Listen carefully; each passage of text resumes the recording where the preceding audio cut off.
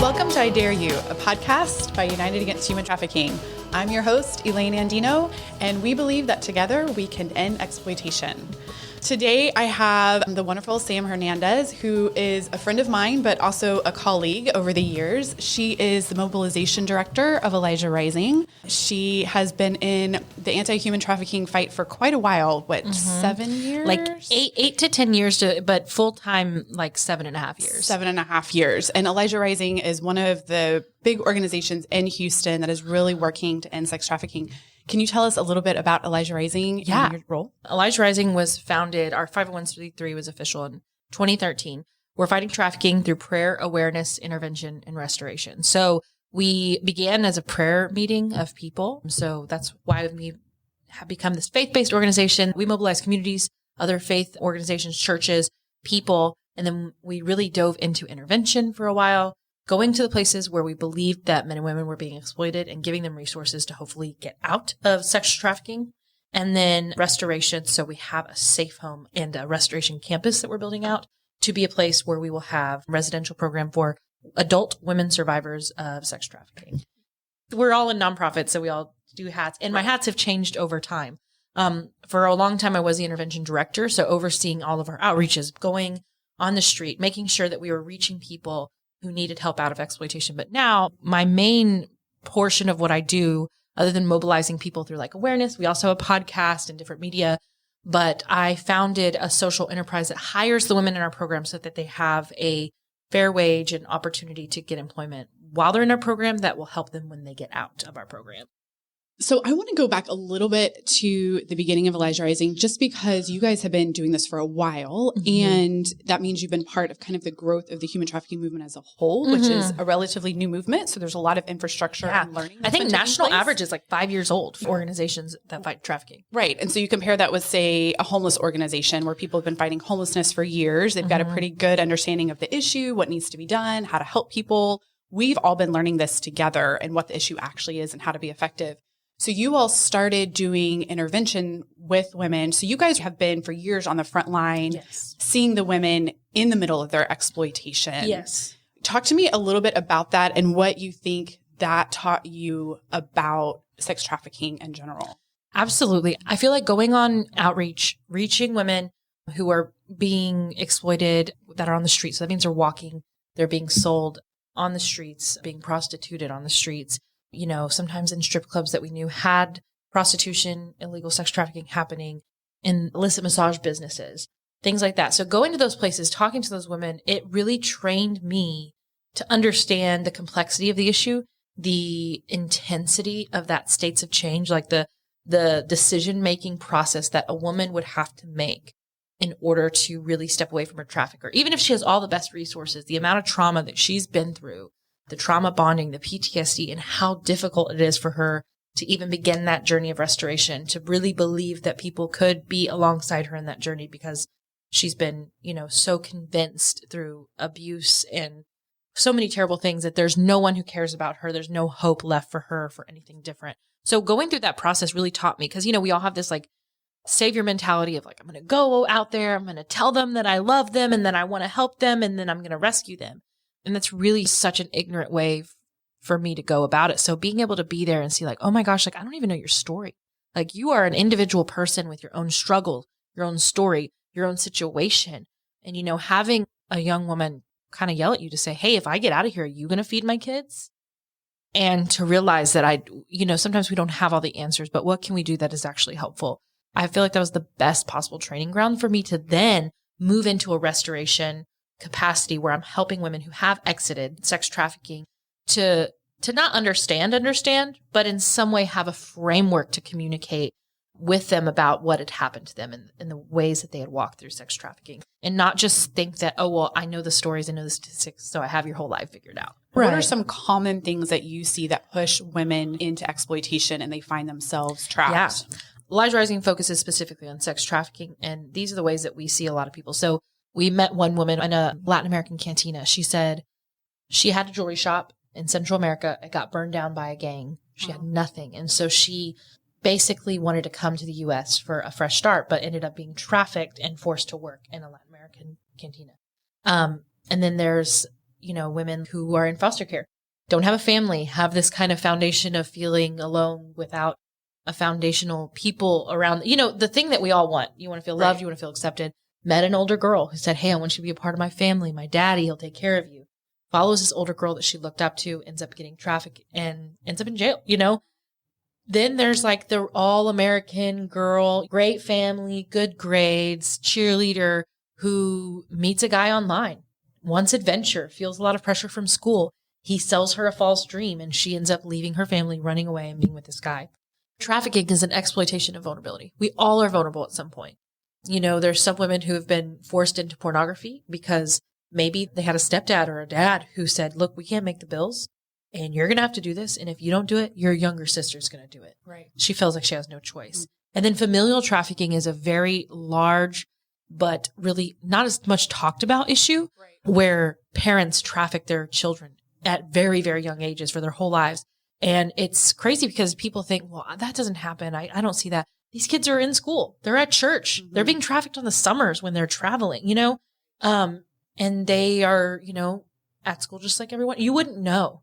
You wouldn't know that was happening. And sometimes, a lot of times their traffickers are respected members of society, So those are some different ways that people can get introduced. And then, of course, there's a lot of other ways that we could go on forever talking about. A common theme that I hear you saying is just those vulnerability pieces. Kids obviously are defenseless against their own family, but then the marginalization that we see a lot of times happening. Yeah. And poverty, a survival prostitution is a real issue where maybe there isn't a trafficker, but at the end of the day, there is a sex buyer who is gaining benefits off of this person having no other resources. And they can face tons of violence and lacks of opportunity, even more marginalization, and then high risk of getting a pimp or trafficker when they're on their own, out on the street working. I worked alongside you guys probably about 3 years ago, and you had the idea to start doing some social enterprise work to help these women get out. And now you guys have this full-blown line, the Elijah Rising Goods. Tell me a little bit about your process on why you wanted to do social enterprise and how that's morphed over the years. Well, I would be lying if I didn't say that Thistle Farms wasn't a huge inspiration to see how they did what they did. And it just seemed like a real good fit because I have always been very entrepreneurial in my mindset and what I want to do. But I work for a nonprofit, so I didn't have a lot of places to let that piece of me thrive. So we had this idea of like, what could we do? And so on my own, I actually started a candle business for me and my friends. And it didn't work out, and we're still all good friends, which is amazing. But I said, you know what? I want to give this model that I think can really work to Elijah Rising. So we started in my kitchen just making candles. So a couple candle pours, a couple things of wax, some YouTube learning. And the first year was really mastering just the product itself. So how do we make this product? How do we make it good? How do we make it better? How do we make it ethical? And then from there, so imagine we made a few hundred candles. We sold those candles. Then we have a little bit of money. And then we hire our first ladies. And then those ladies make candles. And then I learn. And this is the cool thing is I'm not like a business major. I'm not a person who understands business. I recently understood like what depreciation means and things like that. Not fully convinced at what it means still, but like I'm learning business terms, business math, retail math. What I like about that is that I get to communicate to the women that we serve to say, look, we don't have to know everything. We have to believe in ourselves to find the information we need to succeed. So took this little candle business, moved it into the back of our shop.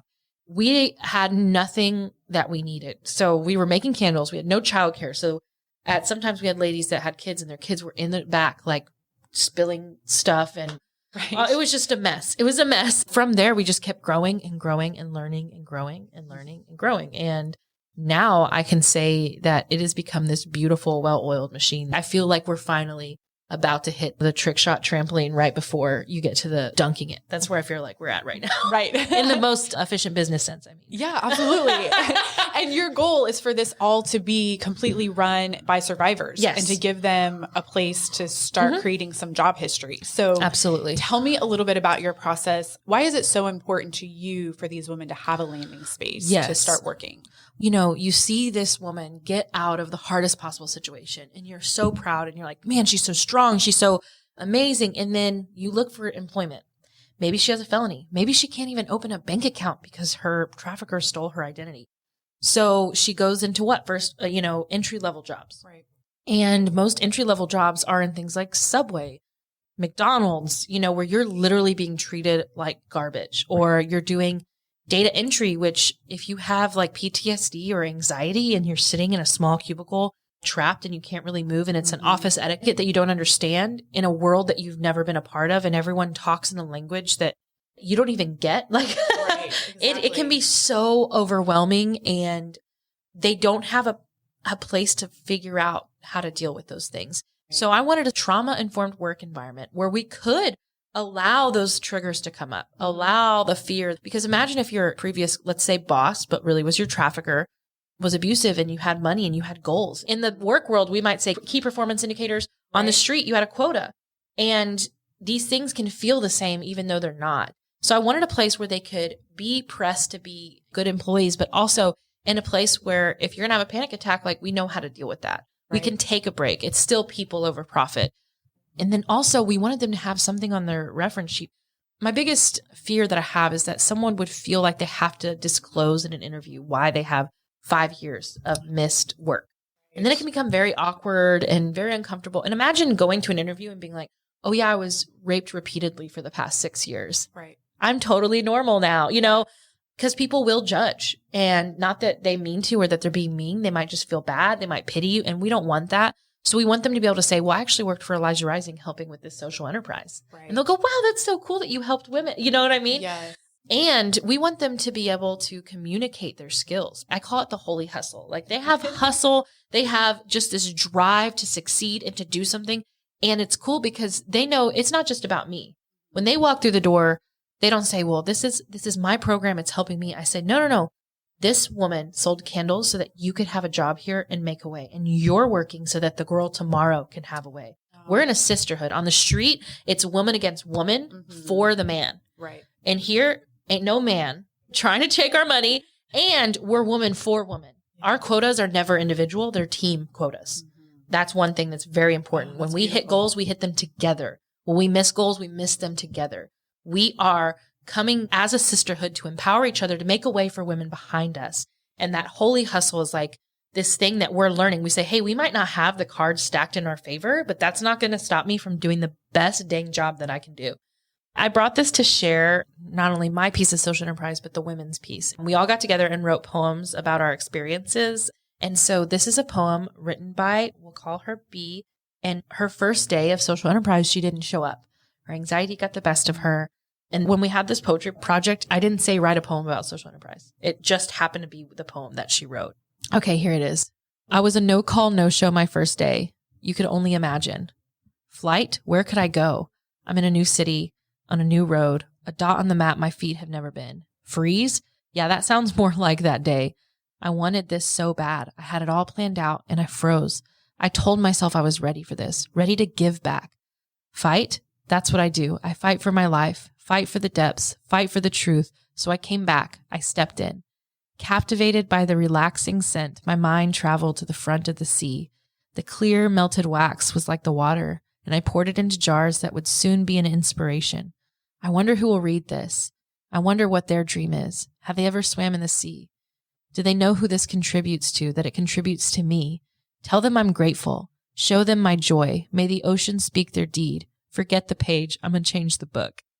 There will be a candle that she designed in February of our Candle of the Month Club called Under the Sea that'll be available. And then one of our other ladies has a candle called CJ's Dream that's going to be out in January. And it's incredible because I find that there is so much skill and so many things and gifts in them that I'm like, man, I'm not doing you a favor. You're doing me a favor by running this business because you're intelligent, you're so smart, and you just need a place where it can thrive and a way to communicate it. Because even as women, it's difficult to say, I would like a raise, or yes, I think I'm good in this way. I'm an excellent communicator. I'm this. The weird woman thing where we downplay ourselves. And even, Elijah Rising is a faith-based organization. Yeah. I always read to them. Proverbs 31 was like half of it is about her selling merchandise and being profitable and being a real estate investor.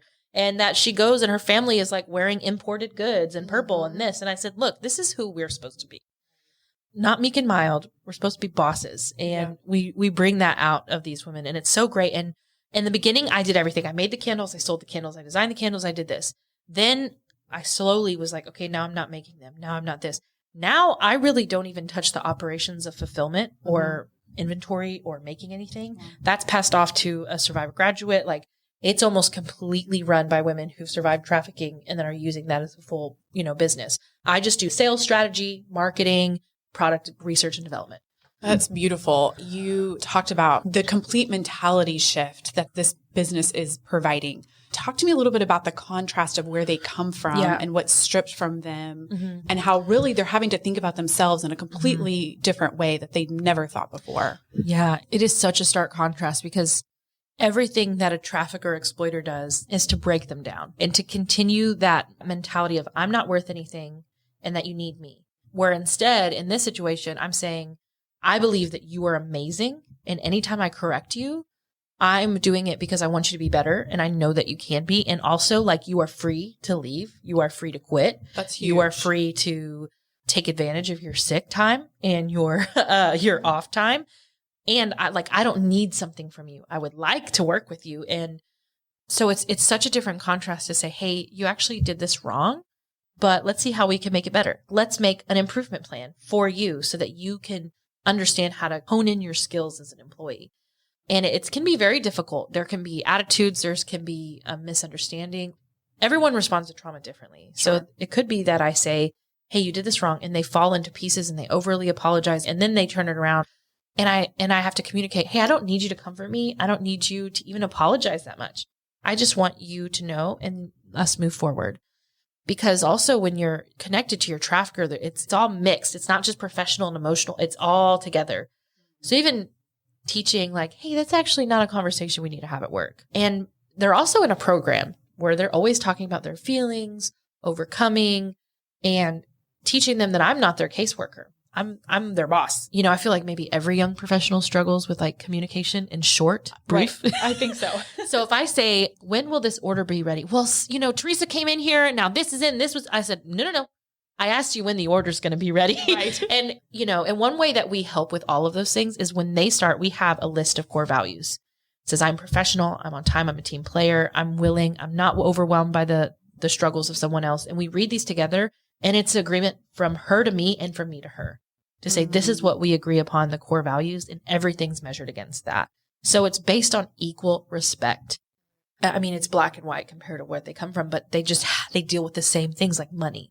There's even times where we're like measuring out things and on scales that can trigger some of those old memories, but we just have to remind them this is totally different. This is safe. I love it because it's such a holistic approach. You're giving them skills that are practical for them to use outside the work environment. You are creating work history for them to be able to go interview, like you said, but you're also dealing with so much of their own perceptions of who they are and the responses to triggers. Yes. Which is beautiful. And helping them compartmentalize their life.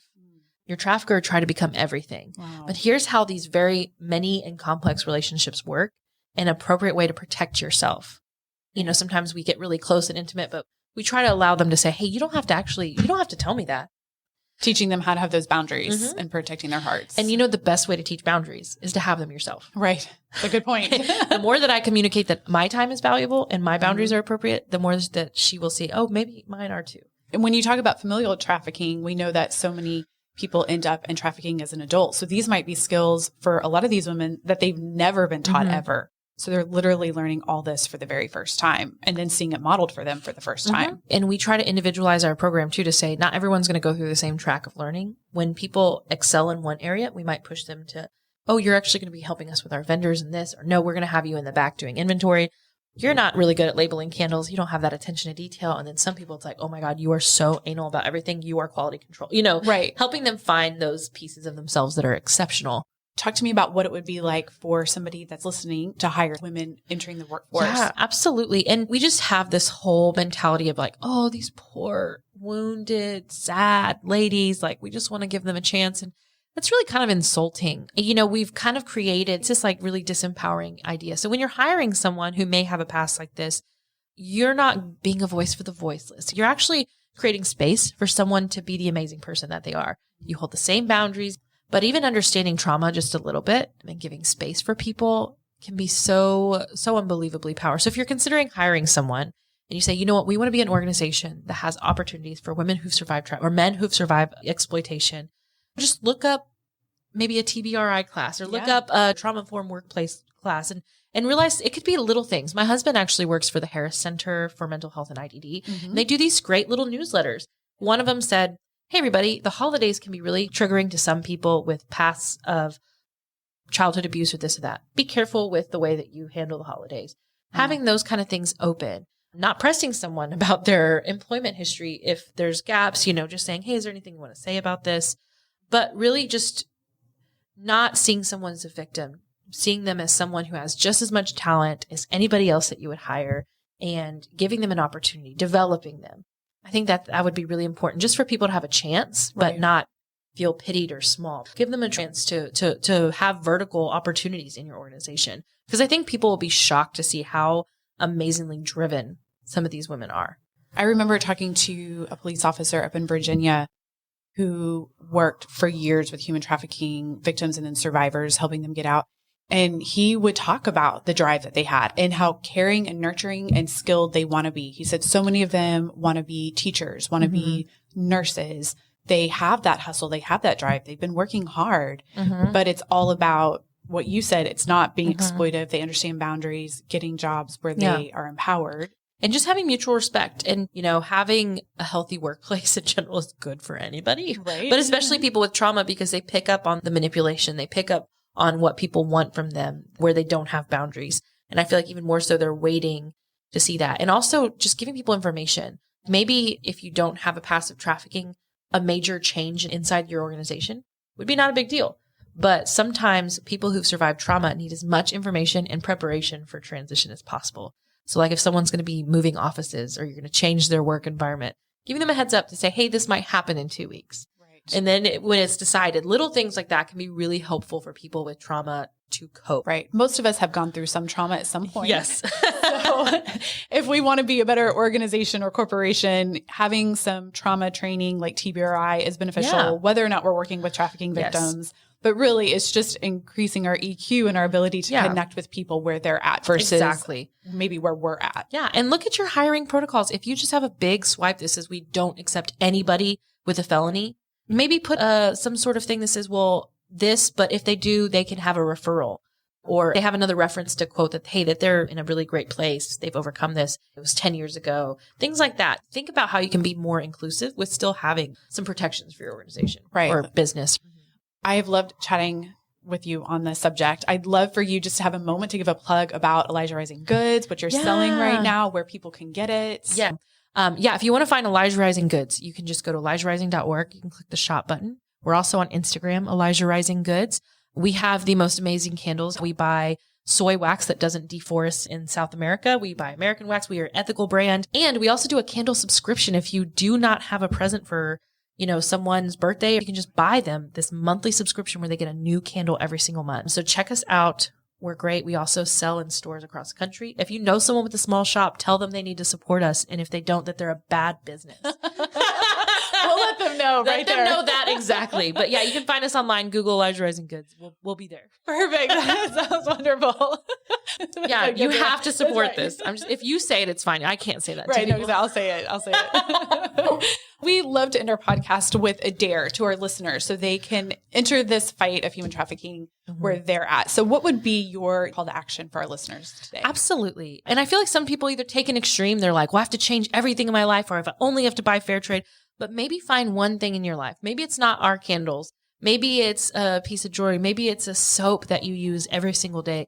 See if there's something in your life that you buy somewhere else that you could buy from a survivor-made brand like Thistle Farm, Survivor Made from Refuge for Women, Elijah Rising Goods, and there's many, many more. And see if you can take one little change to support someone who's rebuilding their life through enterprise. I love that. That's wonderful. And what would be your advice to, I know we talked about this a little bit, but to people about getting into hiring somebody that's trafficked? Absolutely. How would they begin that process? I think that's a great question. I think connecting with organizations like UAHT, Elijah Rising, saying, hi, I would like to be a trusted business. What do you suggest? I think definitely connecting with a local organization that they can then connect hires. That would be an amazing first step. And then also like subscribing to this kind of podcast, staying informed. The more that you hear stories from people who are fighting this and people who've been affected by it, the better you're going to be as an employer of someone who's walked through that. Great advice. I appreciate that. Well, to all of our listeners, thank you so much for joining us today and joining Sam Hernandez from Elijah Rising. Please go to their website, check them out, buy something from Elijah Rising Goods and support their store. And we will see you next time. Thanks so much.